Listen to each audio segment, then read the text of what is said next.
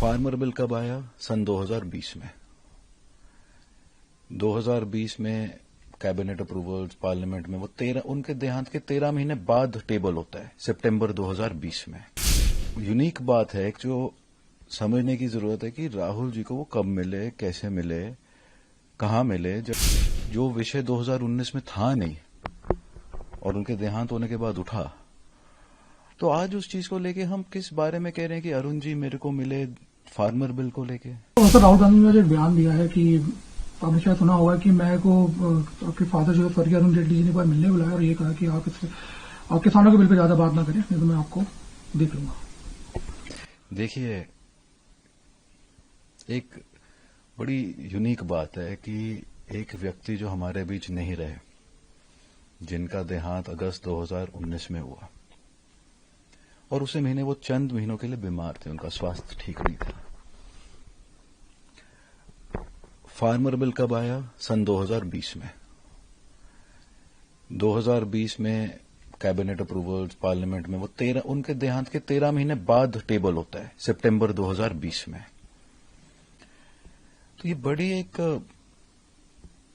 Unique बात है जो समझने की जरूरत है कि राहुल जी को वो कब मिले, कैसे मिले, कहां मिले, जबकि जो विषय 2019 में था नहीं और उनके देहांत होने के बाद उठा। तो आज उस चीज को लेके हम किस बारे में कह रहे हैं कि अरुण जी मेरे को मिले फार्मर बिल को लेके। अरुण जी के जीवन में तो फार्मर बिल की कोई चर्चा ही नहीं थी जीवन के दौरान। और रही बात थ्रेटन करने की, धमकाने की, वो एक ऐसी चीज है जो अरुण जी के स्वभाव में थी नहीं, नेचर में थी नहीं। वो एक कंसेंसस बिल्डर थे, वो एक डेमोक्रेटिक प्रोसेस को करते थे, वो एक डेमोक्रेट थे नेचर से। उन्होंने एफर्ट करके जीएसटी जब पास होना था, जब बन रहा था मोदी जी की सरकार में पहले टर्म में, जीएसटी के समय पे सारी पार्टियों के साथ कंसेंसस बिल्ड करा और बोलना कि मेरे को थ्रेटन करा फार्मर बिल के बारे में जो कि उनके देहांत के बाद आया था संसद में, एक बड़ी ही निंदनीय बात है। लेकिन सर बाकी जो भी है पक्ष, जो विपक्ष है वो बीजेपी, वो भी यही कह रहा है कि ये बचकानी बात करी गई है बिल्कुल, और काफी लोग ट्वीट भी करते हैं कि ये उन जो दिवंगत आत्मा को इस बीच में लाना ये शोभनीय कार्य नहीं है। देखिए, बट ये पहली दफा तो उन्होंने किया नहीं। उन्होंने एक दफा पारेकर साहब का नाम किसी इशू में उठाने की कोशिश करी थी। एक सेइंग है, जब कोई व्यक्ति हम लोगों के बीच में ना रहे तो it is best not spoken about, let them rest in peace. लेकिन यहां पे बिकॉज वो एक कॉन्स्टिट्यूशनल पोस्ट जो व्यक्ति होल्ड करता है, बेसिक मिनिमम उनसे एक रिस्पॉन्सिबल और रिस्पॉन्सिबिलिटी से वो अपनी पोस्ट डिस्चार्ज करें और डेप्थ रिसर्च के बाद कोई टिप्पणी करें, is the basic minimum requirement.